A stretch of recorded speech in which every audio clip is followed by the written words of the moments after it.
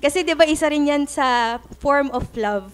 And para sa akin, ito yung tula ko para sa sarili ko na nagkaroon siya ng melody. Nilagay ko siya sa ukulele. 2020 to, so 4 years na. So I just want to share it with you. Sa laya lang talaga ako nakakapag-ukulele. So pagpatawad din nyo kung meron man akong pagkakamali. But I hope na makarating sa inyo yung message nung kanta na ito. Ang pamagat ng kanta na ito ay nandito pa.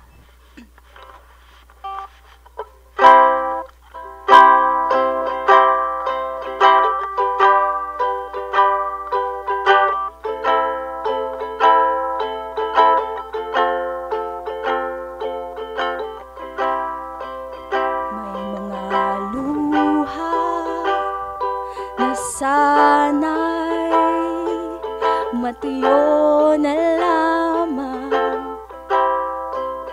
May mga iyak na sana'y maglahong tuluyan. Hindi maintindihan ang nararamdaman.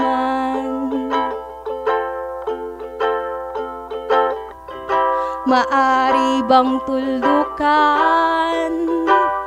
Walang ibang mapagsabihan.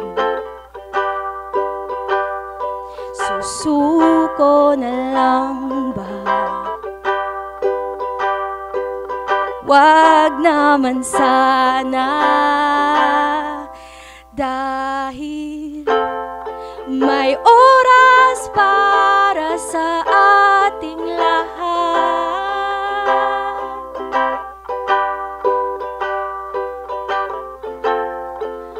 Di ba ito ang para sa'yo?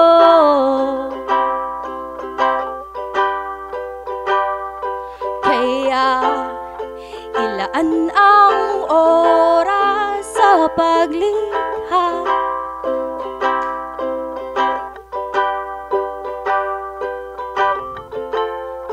Ituon ang buhay sa may likha.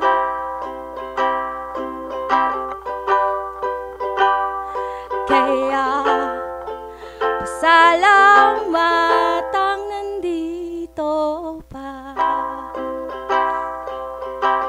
Minsan iniisip ko, sana ako ang nauna.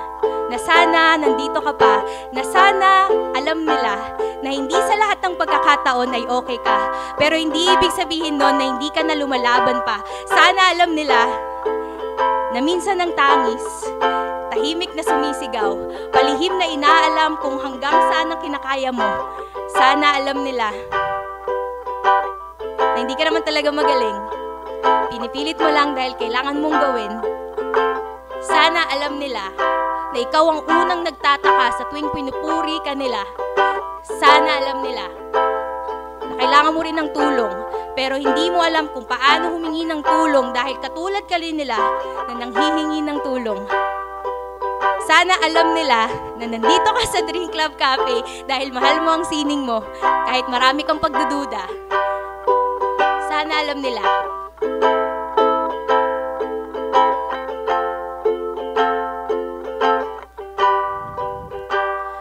Susuko na lang ba? Wag naman sana, dahil may oras para sa ating lahat.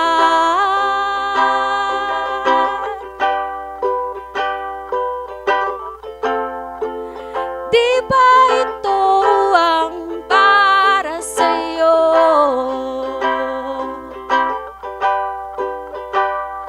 Kaya ilaan ang oras sa paglikha.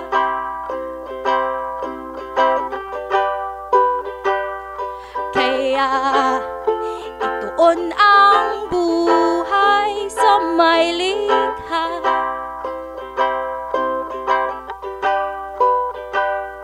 Kaya huwag mong isiping nag-iisa ka.